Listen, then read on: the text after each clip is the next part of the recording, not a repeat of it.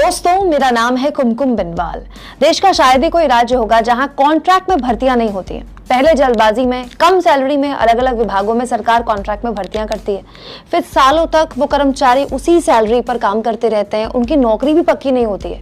ठेके पर सरकारी भर्तियों में बड़ा शोषण, इससे ज्यादा बुरा और कुछ नहीं हो सकता।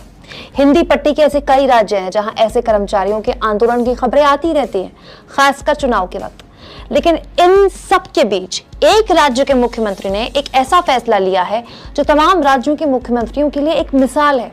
दोस्तों, ओडिशा के मुख्यमंत्री नवीन पटनायक ने दिवाली से पहले अपने राज्य के कॉन्ट्रैक्ट के कर्मचारियों को गिफ्ट देते हुए 57,000 कॉन्ट्रैक्ट पे काम करने वाले कर्मचारियों को परमानेंट करने का ऐलान कर दिया। और सुनिए, नवीन पटनायक ने ऐलान किया है कि ओडिशा में अब ठेके पे कोई भर्ती कभी नहीं होगी। दोस्तों, ये फैसला ओडिशा सरकार पर 1,300 करोड़ रुपए का एक्स्ट्रा बोझ लगाएगा। फिर भी सीएम ने यह फैसला लिया, जो कि ऐतिहासिक है। नवीन पटनायक दोस्तों देश के उन कुछ चुनिंदा मुख्यमंत्रियों में से हैं जिनके ना तो आपने कभी अखबारों में बड़े बड़े एड्स देखे होंगे, ना ही टीवी में उनके लंबे चौड़े भाषण आपने देखे होंगे, क्योंकि वो विज्ञापनों पे पैसा नहीं खर्च करते।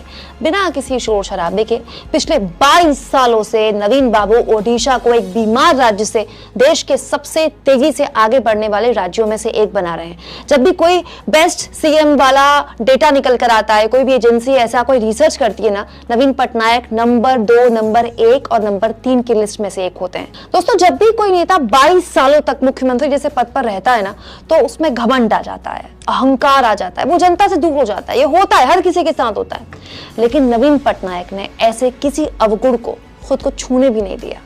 क्या आप जानते हैं, नवीन पटनायक शायद देश के इकलौते ऐसे मुख्यमंत्री हैं जो अपनी राज्य की भाषा नहीं बोल सकते, नहीं आती उनको बोलनी, लेकिन उससे ऊपर जाकर नवीन पटनायक ने अपने राज्य के लोगों के मन की बात समझी और पूरी तरह से कॉन्ट्रैक्ट भर्ती ही अपने राज्य में खत्म कर दी। दोस्तों, ज्यादा पुरानी बात नहीं है जब प्रधानमंत्री नरेंद्र मोदी ओडिशा गए और नवीन पटनायक सरकार से बात की और कहा कि एक चक्रवाती तूफान आने वाला था ओडिशा, उसको लेकर बातचीत हुई पीएम मोदी और सीएम नवीन पटनायक की। और पीएम मोदी ने कहा कि केंद्र सरकार आपको 500 करोड़ रुपए की मदद देती है। पीएम ने ऐलान किया और अगर आपको जरूरत होगी तो हम आपको और मदद देंगे।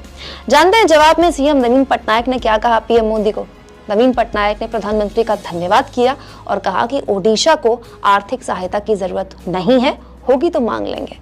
दोस्तों, अपने राज्य में कॉन्ट्रैक्ट पर काम करने वाले कर्मचारियों को जितना पैसा खर्च करके नवीन पटनायक ने नियमित किया है ना, उतना तो हिंदी पट्टी वाले राज्यों की सरकारें अपने प्रचार में चैनलों और अखबारों में बांट देती है।